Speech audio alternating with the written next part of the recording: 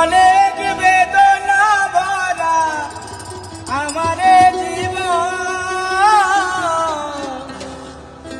আমি আর ব্যথা পেতে চাই না।